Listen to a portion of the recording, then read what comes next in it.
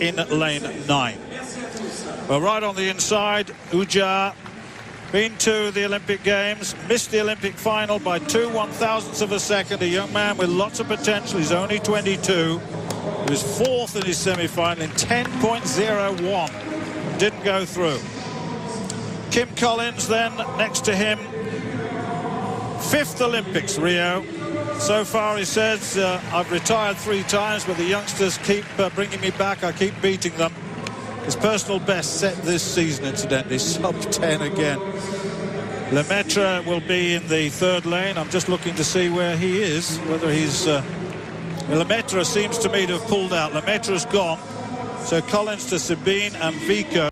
And Rogers, that's Vico. The Frenchman promised much in the European Championships, didn't perform well at all.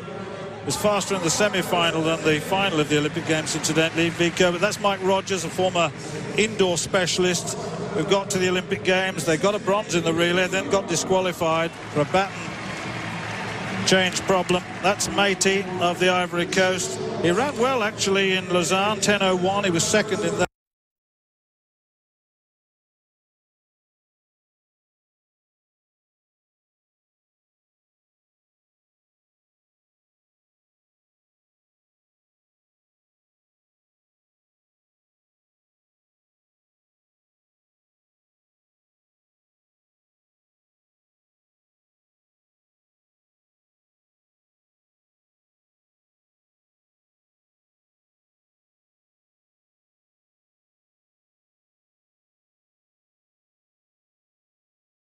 Two meters exactly.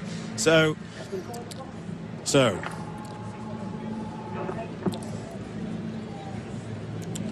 Vico drawn in that 5th lane.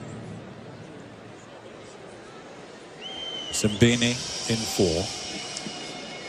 A late withdrawal then for Christophe Lemaitre, the Frenchman. Looking forward to seeing him.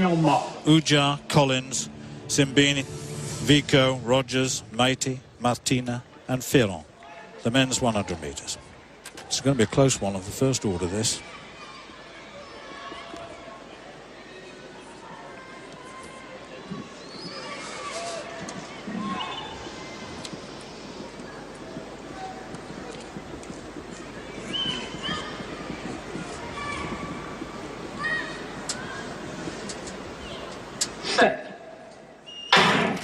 The very first time. Collins going well.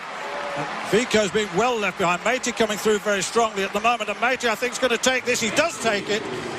And that looked like Simbine of South Africa in 2nd place. And the time, 9.97. That's another good run by Ben Matey of the Ivory Coast. Terrific. He came through very, very strongly in the end. And let's see what happened with the places, because I think Simbine of South Africa came into 2nd place. We'll check that in a moment. Collins got away pretty well, as always, of course.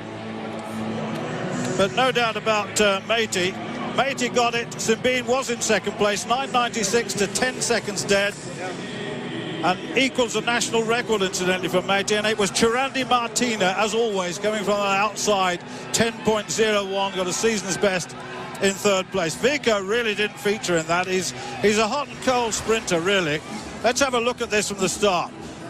Collins always gets away well. Look at the empty lane, and then Simbine, who comes 2nd. But Matey in those bright orange shorts coming through. Vico very poorly away. Rogers not able to match Matey on 200 a couple of nights ago. Well, you have to say his speed endurance is pretty good.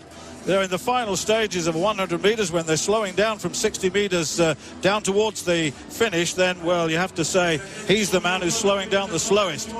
And 10.05 was Joel Ferrand of Great Britain. 10.05 for him, so that's a very good performance. He came through very, very late indeed, taken by Chirandi Martina in the final stages. Here he is on the near side. Look how far Chirandi's down. Simbini's there for 2nd, and Martina gets through to 3rd, as he so often does. You cannot discount him when he runs on those outside lanes. You've got to watch him all the time. But this man controlled it, really, from the 2nd half onwards. Looked very strong. He's got a personal best of 9.96, and that equals his national record today.